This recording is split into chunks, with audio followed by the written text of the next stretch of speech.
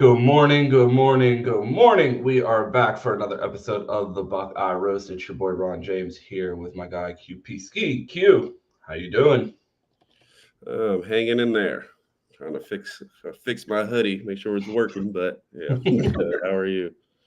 Pretty good, pretty good. See, you just have to get your hat sewn to your head, and then you don't have to get ready in the morning. You just wake up and it's already attached to your skull. Life was only that easy. Off at this point. Plenty to talk about today. We're going to be talking about playoff chances, a little bit of Oklahoma talk, and then we're going to talk about the Buckeyes' historic pursuit this year. We have two Buckeyes chasing history here at Ohio State, so we will dive into that a little bit later. But first, Q, you have some national topics. Well, first I got the audio updated, so updated on all platforms is up. I checked it yesterday, seems to be working. So if you are an audio listener, or if you driving to work or whatever, can't watch us live, you can definitely listen to that. And don't forget, if you're on Twitter and if you're here early, go ahead and like that video and repost it, and then tell a friend there's somebody in here. Yeah, we're trying to chase 6K now, so we're working. We've been slacking a little bit, so trying to get up there. So appreciate everybody watching the chat. That's all I got. You got anything? Yeah, Chris, you and I were live for our Nebraska preview on the Bleacher Report app last night. So if you missed that, be sure to check that out. So yeah, that's my only other note. And a shout out to Isaiah for being the first one in the chat. So yeah, a little bit of housekeeping there. If you haven't checked us out on the Bleacher Report, be sure to do that. We did a great show yesterday. Yeah, there you go. Okay, so let's jump right into it. So we've talked about a lot this week of the struggles of Ohio State. Are we burned? Are we done? How are we ever supposed to make the playoffs? Well, ESPN has come out with percentage chance for teams to make the playoffs. So we got the graphic for that. Let's just get that up here. So start at the top. Georgia currently at 86.9%. Oregon at 86.3%. Miami at 86% because they don't play nobody. Texas 78.2%, and Ohio State sits at 5 with 77.8%. Ron, you feel 77.8% confident Ohio State is in the playoff this year? I mean, yeah, if they're giving Penn State a 72% chance, I think they're saying that, like, hey, putting in at least three Big Ten teams. No, like looking at these odds, I mean, you look at the top 12, you see three Big Ten teams in there. So I mean, and two of them play each other. So I, assuming they're taking three regardless, it seems like it's locked up. Why even play the games?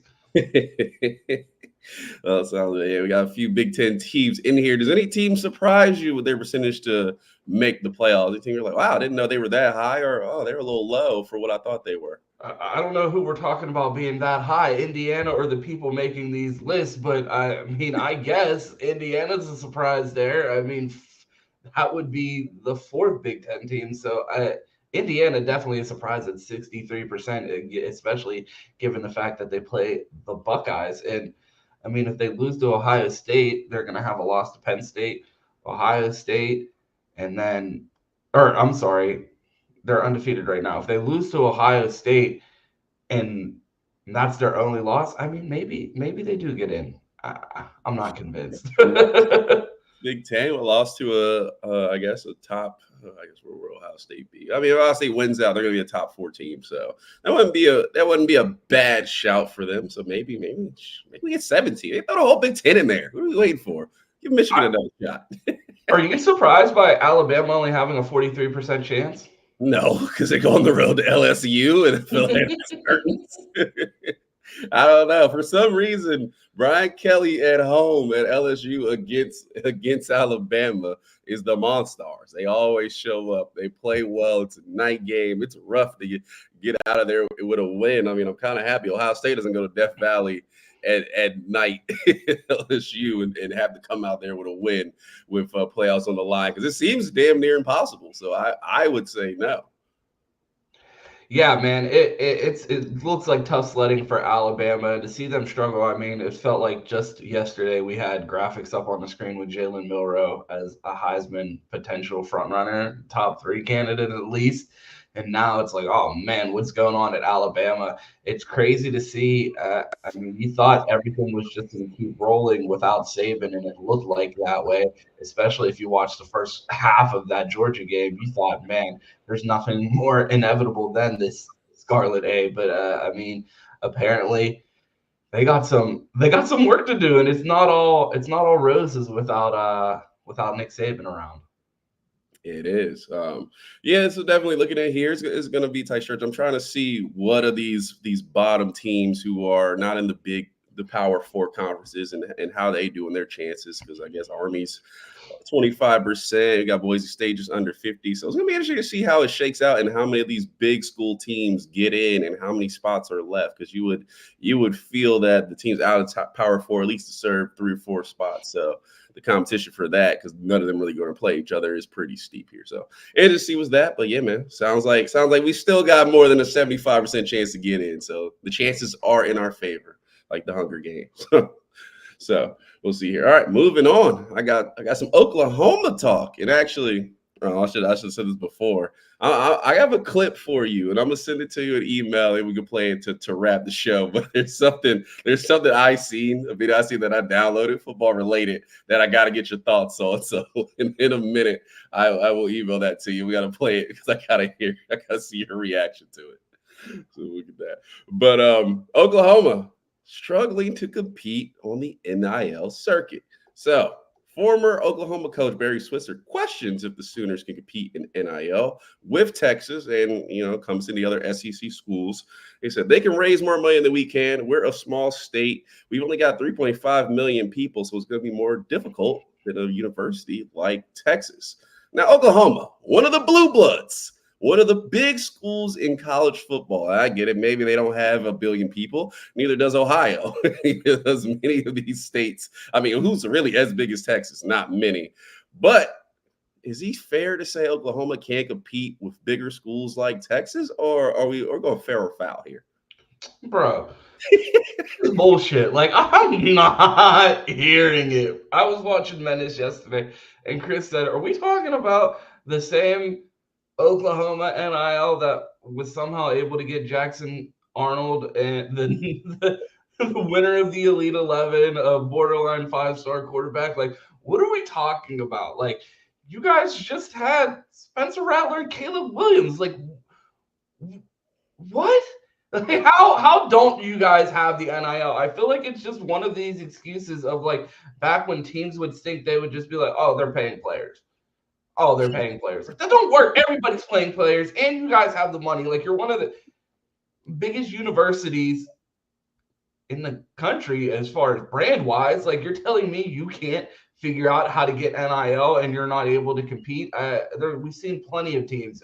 We see Missouri has their NIL rolling. Plenty of teams are able to get things going with NIL and have been able to make things happen. I mean, Pitt just got a transfer quarterback from Alabama. Like, if you want to make it happen, you can make it happen. And I feel like Oklahoma fans are looking for any excuse, as they should, because I wouldn't want to accept that, hey, we have money and we're just this bad. I'm saying we've lost recruiting battles to Oklahoma.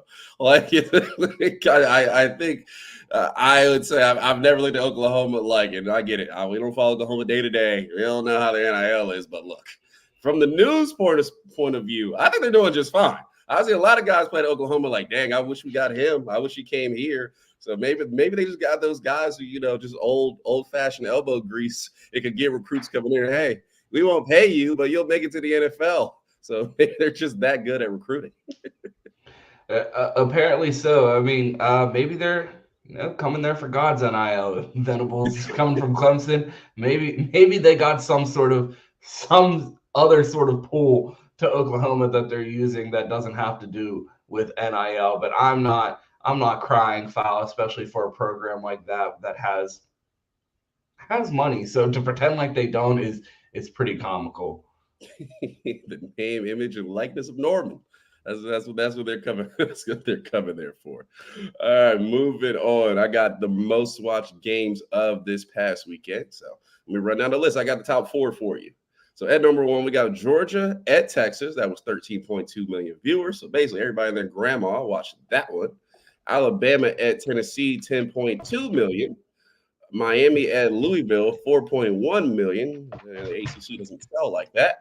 And then Indiana at Nebraska, the mid-tier of the Big Ten, 3.2 million. So obviously start with Georgia at Texas, 13.2 million. That's one of the highest I've seen. Sounds like they're doing viewing numbers. What do we have? What was Oregon, Ohio State at? Was that 13 as well? 13.4. We beat them. We beat them. Beat Thank you. them. Thank you for those two people who didn't watch Georgia versus Texas. Do you remember we talked about the Georgia Alabama viewership? That was the highest to date so far this season. Do you remember what the viewership numbers were on that game? 15 million. I'm pretty sure. I think it's like 15. Okay. So I think that magic or that silver bullet is really Ohio State versus Michigan, because last year was at what, 19.2, 19.3 million. I'm looking at the numbers. It looks like they only had 12. Did they? I thought it was 15. I'm wrong. I could be wrong. I could be looking at the wrong article. Potentially, yeah, that looks like I am reading the wrong article. That is from 2017. I was like, I think it's at 15, if I remember correctly. That might have been the highest on the season, but I could wrong. I could look for it when we have a minute and see where we're at. No, 6.0 rating, 11.99 million. Boom. All right, you're right. All right, I was wrong. Let's go. Look at the Buckeyes turning out the viewership. And I have one. That's a good. I have one more that I forgot to put on this list, but this was from Pro Football Focus. So I looked at the leaders. We've talked about this all week for you to Ohio State talk. We've talked about quarterback pressure in Ohio State not being able to get after the passer this season. Ron, it's a trivia stat for you. Do you know? Do you know who leads the Power Four in quarterback pressures? Ohio State. I know this stat. They lead in quarterback pressures, and they have one of the worst conversion rates on that pressure in the country. Okay, that's not the same stat. Which player leads the country in quarterback pressures this season? Not school. I apologize. I would guess someone that Ohio State recruited, Dylan Stewart, maybe. No, but Ohio State did recruit him. All right, I'll give you a hint. He plays in the Big Ten. He plays in the Big Ten. Ohio State recruited him. It can't be Mateo. Okay, I'll give you another hint. Ohio State has played him at two different schools. Played him at two? Played against him at two different schools. It's the Harmon kid from Michigan State and Oregon, right? There you go. The country in quarterback pressures at 32 this season. You know that in there. I had to get that in last minute. So I don't know, man. Should have wrote the check, maybe. That was a guy that you wanted the Buckeyes to pursue when he popped in the portal. Yeah, I looked at him at Michigan State and I was like, he's a monster. And my question was, credit to Ty Hamilton. He's been really good this season. I don't know about the Oregon game, but outside of that, I think he's been really, really good. But I said, well, we know Ty Leak's a pro. Derek Harmon's a pro. And do we have two pros at defensive tackles? Because if we do not, then we should go out and have two pros at defensive tackle if you're talking about winning a national championship. So that was my go on that one. But yeah, that was my last fun fact. I wanted to throw that in there, see if you could figure it out. All right, well, on to you. Talk some Ohio State ball this morning. Yeah, before we jump into the Ohio State talk, if you're watching on Twitter, make sure you retweet the video and throw a like on it. It helps us a ton. If you are watching on YouTube, make sure you smash that like button. Give us an OH in the chat. I wanted to talk about a historic pursuit at Ohio State today. Well, not today. I want to talk about a historic pursuit today at Ohio State. We have two Buckeyes chasing history right now. And before the season, it didn't feel like a foregone conclusion that any of these records would get broken. And now might get broken some as early as this week. I wanted to start with Emeka Egbuka.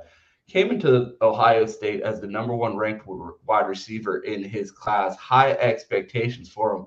Expectations were sky high, but I didn't expect him to leave Ohio State as the all-time leading receiver. It was a statistic that, or a record that we knew could fall coming into the season, and we knew that we were going to need to monitor. Emeka is currently all-time on the all-time receiving list, 49 yards away from passing Chris Carter, who is currently sitting at 7 all-time receiving and 363 yards away from the all-time record. Did you expect him to get the record this season? I did. I thought he was, and I figured him and Jeremiah were going to be atop the charts. I figured he was going to be wide receiver number one. So they was going to try to run the offense to him. So while you may have not got the wow plays, he was definitely going to eat up yards, especially playing in the slot. And we know in Ryan Day's offense, this is a slot-friendly offense. I mean, I feel like I could go to Ohio State, play the slot, and I might have a chance to go pro with as much as they're going to throw me the ball. So yeah, I can say once he came back, and I think this is just credit to the guys that have walked in here at Ohio State. I mean, besides Chris Olave, not many have played a fourth year. And like Emeka, like not many have been featured for 3 years. So you look at it there, it's almost like, those freshmen, those records in college basketball, where if any of these guys would stick around for, more than a season, they would probably get smashed. So I did expect Emeka to come in and do that, and I expected him to be wide receiver one in this offense. So in turn, I did expect him to catch the record. I mean, at first, when you read that stat, you were like, he's 49 away from passing Chris Carter. And I was like, damn, there's 8 people between 49 yards of space there. I was like, they're all right next to each other. But Chris Carter is currently at 7, Gary Williams at 6, Devin Smith at 5, Marv at 4, David Boston at 3, Chris Olave at 2, and Michael Jenkins as the all-time receiver at 2,746 yards. There you go. So they're a little more spread apart than that. But yeah, I thought he would coming into the season. So I would have put my money on that. How impressed are you with the fashion that he's doing it? Because you noted that, like, you thought with the slot position being the security blanket in a Ryan Day offense, it would be pretty likely that he did break this record. It felt like coming into this season, there was nothing more predictable than Ryan Day force-feeding Emeka the ball for this record. We know Ryan Day is not afraid to chase a record, but it seems like he's doing it at a faster pace than I expected, and he's doing within the flow of the offense. How impressed are you with the season that Emeka is putting up? A lot of people have been down on Emeka in years past with the injuries that he's dealt with, and some people with higher expectations than all-time leading receiver, I guess. When he came into Ohio State, maybe people are looking for a Marv type of billing, but I think Emeka is going to go on to be a first-rounder and leave a remarkable legacy here at Ohio State. Yeah, I had a lot of expectations on Emeka coming into the season. I mean, we talked about it a lot in the preseason, and I know how, we are as fans and, media as well, where the new shiny toy walks in. Hall of Fame Twitter coach, thank you very much. Fan/Hall of Fame Twitter coach. You can do both. But coming into the season, I mean, because Jeremiah Smith showed up, it was Emeka wide receiver 3. Is he's still here? Like, he's gonna be behind Jaden Ballard. Or no, I actually said that, but I'm just saying we get kind of obsessed with the new shiny toy coming in, and I think I set the mark where I said coming into the season, Emeka has to look at himself like, I was the number 1 receiver 4 years ago. I should be the best wide receiver in the Big Ten, bar minimum, if I go to Ohio State and am the number 1 wide receiver, or I'm supposed to be the number 1 wide receiver there. So that was kind of the bar he set. So, and obviously too, Emeka had a really, really good sophomore year. I know junior year he was hurt, and then it was Marv is out there somewhere. But I think because Marv was so good down the stretch of that sophomore year where he went to Georgia and absolutely torched their defense, we kind of underrate how good Emeka was just standing next to him, because, I mean, who's really Marv? You know what I'm saying? So definitely, I think that kind of tainted people a little bit. And last season, he didn't have a great season, whether he was hurt or didn't get the ball enough or whatever that. He was a little bit of a disappointment. But right now, where he sets at, I currently had expectations for him to be at least one of the better receivers in the Big Ten. And currently doing what he's doing. He's getting targeted. He's making plays. After I seen that screen pass he took, or that slant he took for like 80, I was like, oh, Emeka's back. I haven't seen that since Kyle McCord threw him a ball 3 years ago, where he's running down the end zone and people are chasing him. So I mean, it's good to see. I've been impressed by Emeka, and like I said, first round has kind of been the bar, and I think he's chasing that. I think he might be a first rounder this draft. Yeah, definitely think he has the opportunity to be a first rounder. But yeah, you hit the nail on the head there. Fresh legs and Mecca. I was like, oh man, he was hurt. It was the first time that he took a long catch this season. I was like, okay, he's definitely moving different than he was last year, and it felt like it was all but over for that record when you saw the way that he was able to take off this season, and you could tell that he was fully healthy. Ryan Day continues to rewrite the record book here at Ohio State. We've seen Dwayne break the Big Ten all-time, or not Big Ten all-time, Big Ten single season passing touchdown record with Dwayne Haskins. It looks like we're about to watch the Ohio State all-time receiving record. How impressed are you with what Ryan Day has been able to do offensively here at Ohio State? And I mean, if you would have said that, hey, we're gonna have this new coach after Urban Meyer that's just gonna come out here and slang that thing, we're breaking all the records, would you have been surprised? And funny enough, I was on Instagram yesterday, and they had a flashback to 2017 at Nebraska, where Ohio State actually went in and demolished Nebraska.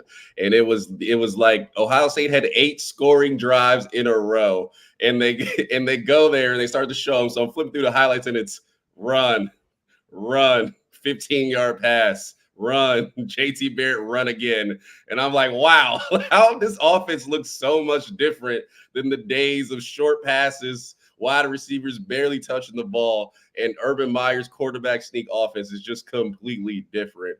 I mean, I've been super impressed. And Ryan Day's offense, again, has grown. I know the Dwayne Haskins year, it was bombs over Baghdad. It was just throw them up there, see who's out there. And now you feel the balance of the run offense. And I know Ryan Day, he gets away from the run at times, but I felt like this has been an equal opportunity offense. I get the wide receivers are breaking records, and we now have receivers we haven't had since who knows when.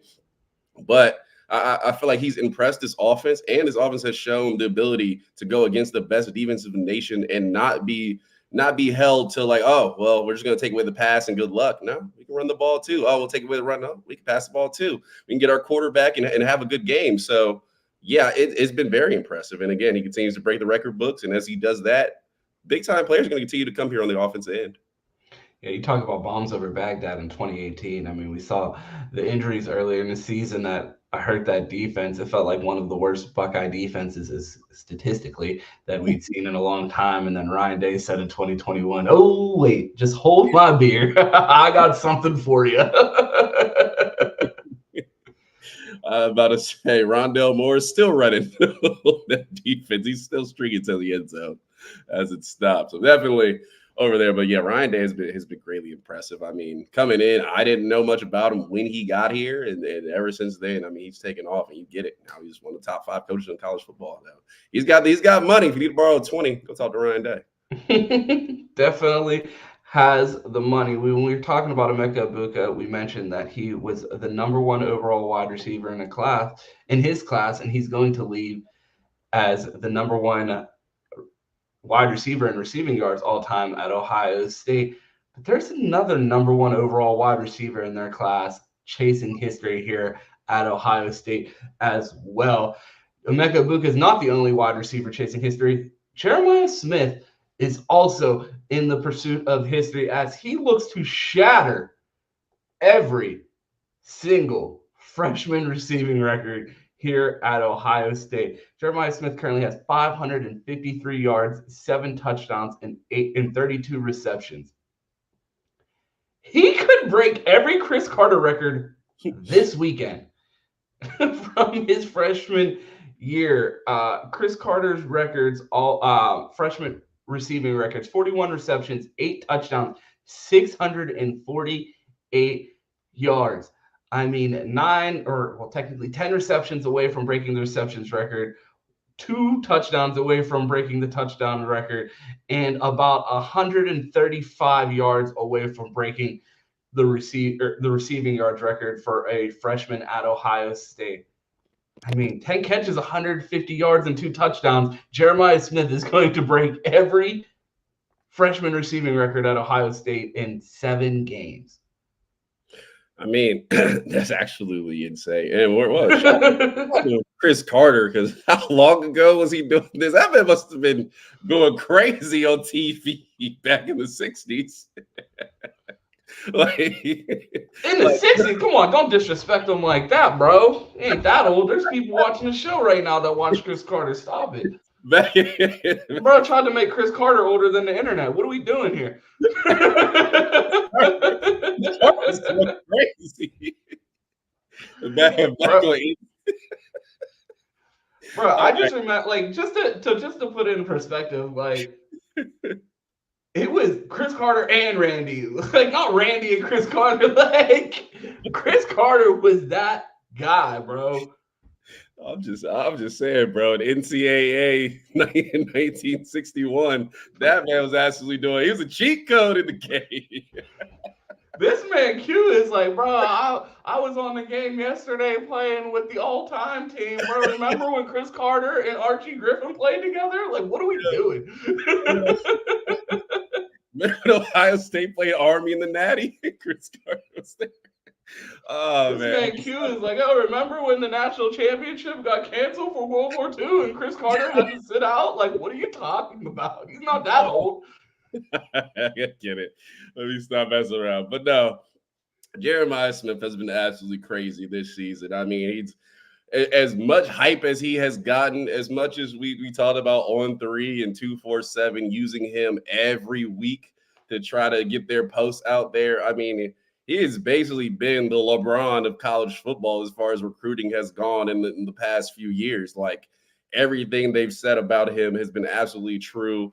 The big time plays, the catches. I remember watching him in the first game, and it's like, oh, this guy's not just going to make big plays here. Like, he's a receiver. He can route run. He can do the small things. He can block. We haven't seen a wide receiver block at Ohio State 10 years. Jeremiah Smith walks in. He can block right away. So everything that they've said about him was absolutely true. And the fact that he's going to smash Chris Carter's record from, what was it, World War II, is absolutely insane. He's been super impressive. Sorry, I got to mess with the older fans in here, but he's been super impressive, man. And I got nothing good things to say about him. I tell you, going to Bottle Blonde for that Michigan State game, the plays absolutely are that 5-minute streak he had with the 2 one-handed catches, the one from Will Howard and the one from Devin Brown. I mean, I don't know if I've seen people react like watching, besides maybe a last-second play. I don't know if I've seen people react like that watching a game ever. And I've ever experienced people just go absolutely crazy for like 10 minutes. So, I mean, he's been insane, man. Did I think he'd break the record by week 9? I mean, I would say no. I don't expect a freshman to walk in and just hit an all-time record in 5 games, but he's done it. So he's eligible to break 3 this week. Which of the 3 do you think fall? I mean, he needs 10 catches to break the receptions record, 2 touchdowns to break the touchdowns record, and 155 yards to break the yards record. Do you think any of them fall in week 9? I think he'll get the touchdown record. I think he'll get the touchdown record this weekend. You heard it here first. If you get player props in your stake, Q's telling you bet 2 Jeremiah Smith touchdowns. You must remember all our bets are backed by the bank of Ron James. So even if you don't get it, your money will be refunded immediately because we don't lose around here. You only win money. You never lose. So just Venmo request Ron if you put your mortgage on and it does not hit. Yeah, good luck. Good luck finding Ron James' bank account. Jeremiah, sorry, I'm getting lost in the notes here. Jeremiah could break the records next week. Are we watching the greatest we've ever seen at Ohio State? We just talked about we're watching someone break the all-time receiving record. Where do you feel like Jeremiah sits in history, already on pace to shatter receiving records as a freshman? Are we potentially watching the all-time best receiver at Ohio State? I will say it's a possibility. I mean, we've seen dominant receivers at Ohio State. I'm always wary of the new media age. In every year, every week we get, is this the greatest? Is this the greatest of all time? And it's like, man, you said that last week, in the week before that.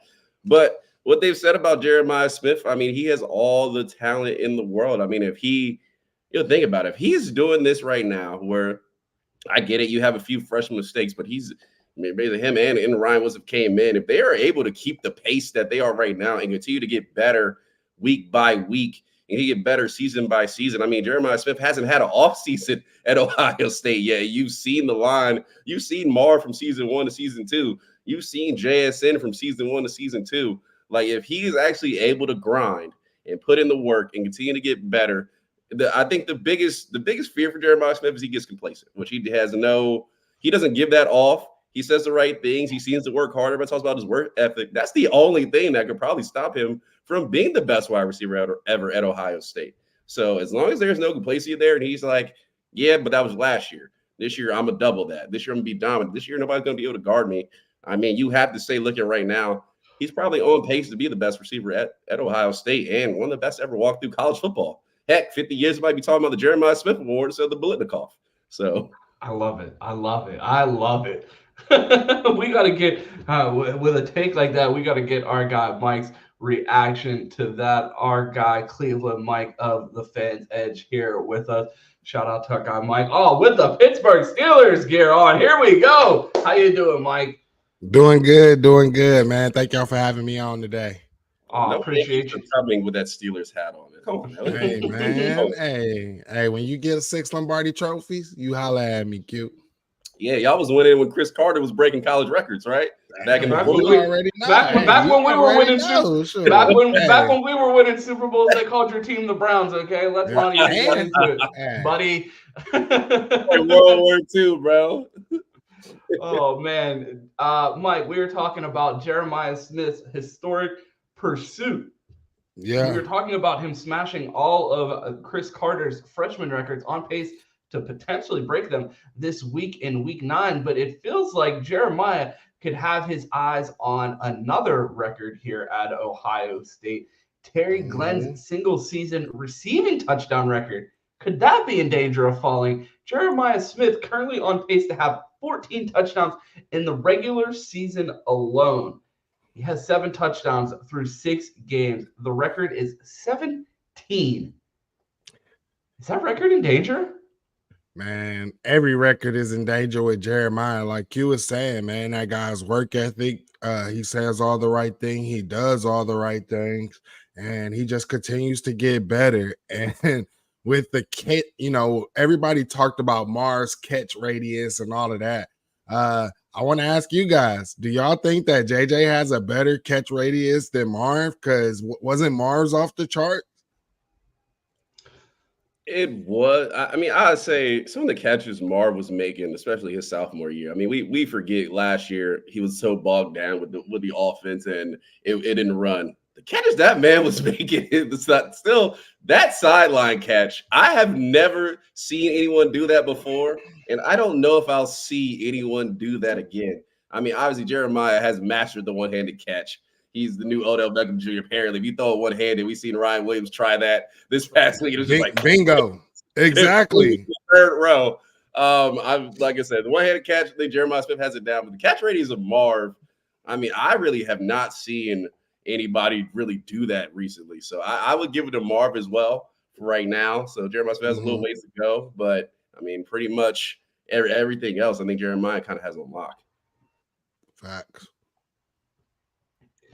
Yeah, man, I was looking for the video that I will get here a little bit later in the show. I did a video where Marv created his all-time Ohio State receiver, and he's building the receiver, and I'm like, so Jeremiah, like everything that he was describing, it felt like he was describing Jeremiah Smith. So I'll get that clip here ready. But I wanted to ask you guys, with that record in reach, Do you think that he passes it with the playoffs? Because, I mean, he's not technically on pace to pass it in the regular season. And if he does break it, do you have to put an asterisk in the record book? Because Terry Glenn put up that record with 17 receiving touchdowns in 11 games. The Buckeyes could end up playing 15 games this year. Does it feel like they're competing for the same record if he breaks it in over 11 games?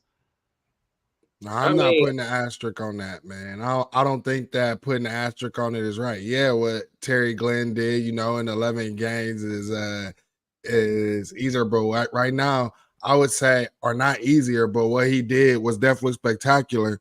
But you're talking about like now we're in super conferences now, right? You're going up against a whole lot better teams, not a lot of cupcakes. And if Jeremiah is to continue to do this and the teams continue to get harder and tougher, no, I can't put an asterisk next to that. I mean, yeah, I kind of got to do it. I mean, that's a lot more games that you're playing, and the volume and the offenses are so much more pass friendly. I mean, I know Terry Glenn was playing around Vietnam era, so I mean, definitely it was probably a little. He got a few less passes. Jesus, what are we doing this morning? All right, let me stop. But he's still back in the day. I think it's a little more impressive now. We're building a more pass-friendly offense now with Ryan Day. So I will. If you do it in less opportunities, I got to give you your credit. I mean, if Jeremiah Smith plays 17 games this season, I mean that's one a game. So I'll give it to Terry Glenn and put a little asterisk by it because he did it in fewer games.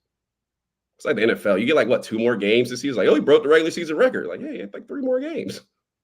Terry Glenn, I don't think is gonna have to go against ranked teams back to back like that though. I mean, I don't know, Mike. I wasn't around in the Terry Glenn games and watched week by week, so I'll just give you that one. I have no idea who Terry Glenn was playing. Oh man, this man Q is trying to sound like a Gen Zer on today's episode. Q's like, I'm trying to resonate with the younger audience by being ignorant as fuck. They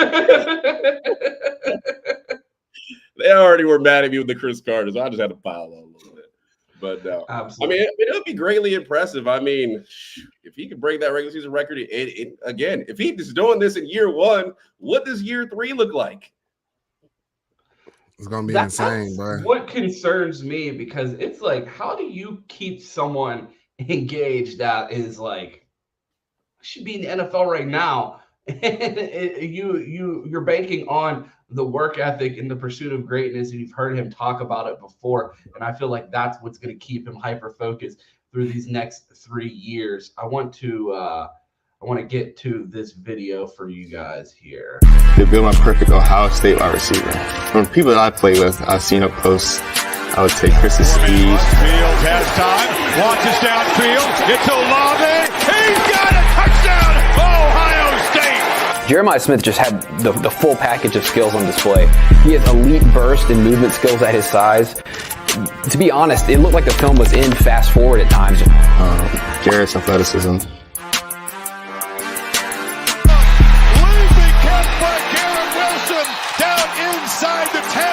I'm not sure we've seen this combination of size, speed, skills, and just overall technical ability come out of South Florida in a very long time.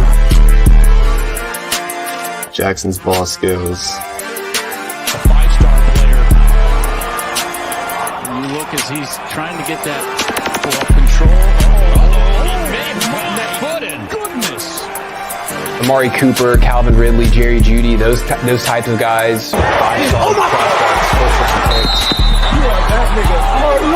And I'm not sure they had the overall just skill package and physical ability that we've seen from Jeremiah Smith. And then my route running.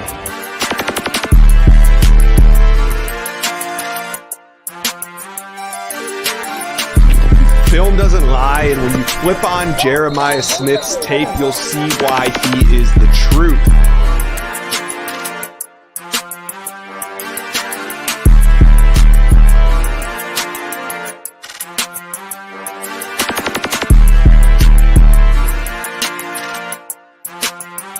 That's my perfect Ohio State wide receiver.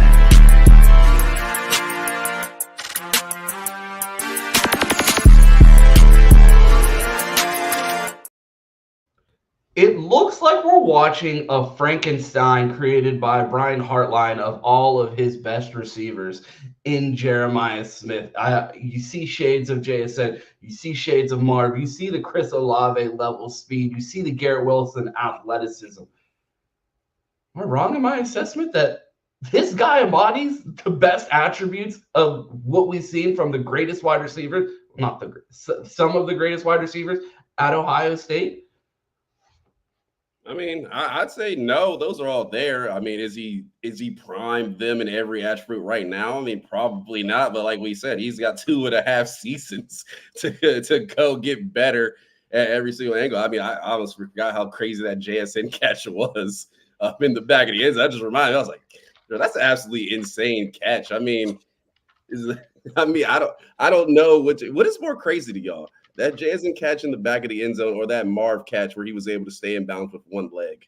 Which one would you put higher before we hop back in Jeremiah? You asked about the back of the end zone catch by Jeremiah or by JSN. Yes. I was going to ask you guys, I know as Buckeye fans, you had to have got chills watching one of those highlights. It was absolutely the JSN one. Like JSN is my favorite receiver all time at Ohio State, just because of the things that the catches that he was able to make. It felt like he turned into Elastic Man when it came time to catch a ball. His catch radius wasn't as big as the other receivers physically, but the way he was able to contort himself, the way he was able to stay in bounds, the way that he was able to just find a way to always catch the ball. And it always felt like he was very short-handed. And then I always said you couldn't tag him in a phone booth. Like he's so shifty, and like you'd see him get caught from behind sometimes, but it was like he used up all his stamina on his juke. He made so many people miss. It was like when you're playing on the game, you spam juke too many times, your guy starts crawling, he's barely moving. I felt like that was what JSN sometimes, like it just felt like there's so many times he would catch the ball and turn around, there'd be a guy right in front of him and they wouldn't even lay hands on him. So yeah, the JSN catch there is the one for me. Yeah, I agree that Jackson Smith and the Jigba catch was crazy. I remember they had to go to review because they didn't believe it was a touchdown. But also, man, that Garrett Wilson, bro, the way he climbed up the ladder on that Clemson player, it was just freaky, man. I mean, to me, that was one of the insane catches. And then you also talk about like coming down in bounds. The guy was able to get his hand down in bounds and everything. Like you talk about body control, catch radius, everything. Like, you know, our guy Chris Drew, he talks about it, man. Garrett Wilson's the best wide receiver that's left Ohio State. If you talk to Chris Drew, yeah, I mean, Garrett's athleticism, bro, I think it's just insane.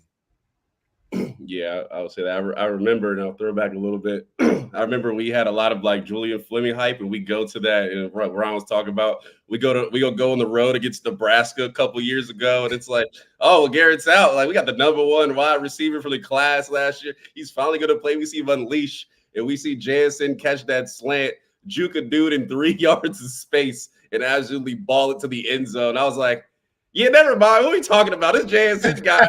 I want to go back and take my flowers from that because I said that JSN was going to be not just the greatest wide receiver in Ohio State. I said ever, bro. His high school highlights are insane, bro. And like the whole time coming in, I was confused why Julian was ranked higher than JSN. I'm like, this kid. I blame Texas, honestly, because Texas wasn't recruiting JSN when he was going absolutely nuts. And if you go back and watch him put up 6 touchdowns in the state championship game at Dallas Cowboys Stadium, I was like, I don't care what anyone says. I don't care what they've done at any camp. This kid putting up 6 touchdowns in a Texas state championship game, he's the best receiver in the country. And, I mean, he lived up to every bit of it, and it makes me sick to this day thinking about the fact that could have had C.J. Stroud, Marv, and JSN competing for a natty, given he didn't get hurt and the Buckeyes knew how to count on the sidelines and he wasn't still in the game 11 snaps over his snap limitation. But I digress. All right, we need another coach for that. No, we'll hire that snap guy. He'll be back soon. Oh, excuse me. Sorry. I have one more before we get out of here. Q sent over a clip this morning that he wanted to get our reaction to, Mike. I have not seen this clip. I am not sure if you have seen it. Started to play it, and I had a little bit of context on the video, but man, I hope it's not what I thought I saw.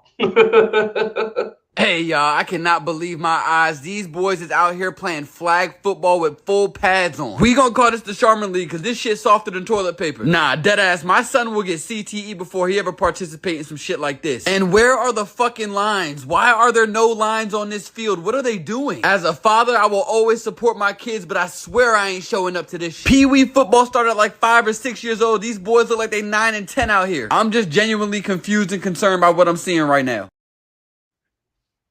That is insane.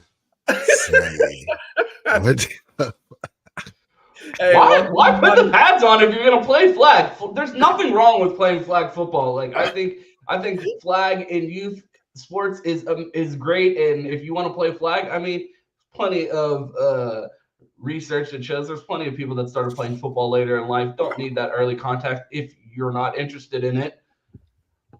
Why the pads? I feel like the pads, honestly, with people that small running into each other, creates a more like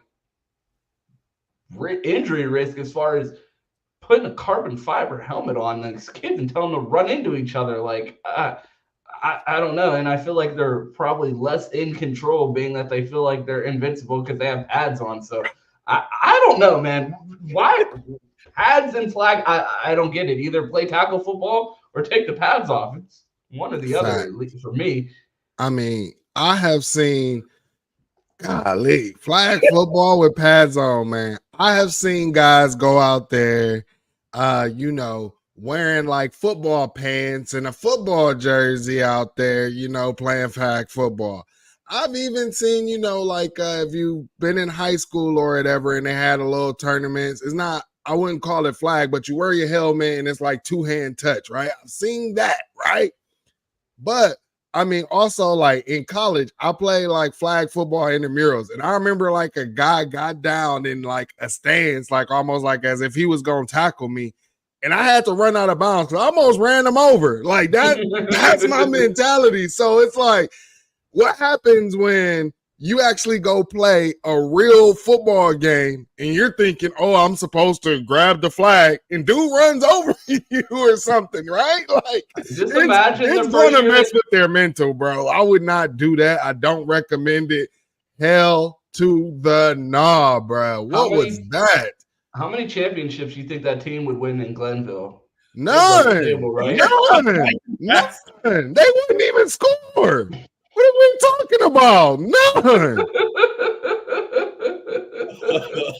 I think that team would go run to Glenville. Yeah, honestly, I'll let them go play the Glenville Pile 6. It used to be Pile 6 when I was playing, man. Go play Pile 6. Them boys will kill you. Them little boys will kill you. What are you talking about? I remember when I was playing like Pee-wee football, bro. Pile 6 had a girl quarterback. She would have ran your ass over. What's that? I heard Gavin Bear's little brothers on that squad, so they're definitely he definitely slow. Especially if you're running up in Cleveland. Hey, my only thoughts is how many of them is wearing a rib cage jacket before they even put the shoulder pads on? I'm surprised we didn't see a neck roll while we were out there. Wow. It couldn't be me, man. I would have definitely been running people over, bro. Bro, we're gonna check back in on that league for the championship game, and they're not even gonna be playing in pads anymore. They're gonna be running around in Zorbs, just running into each other, bouncing off each other, those giant inflatable balls.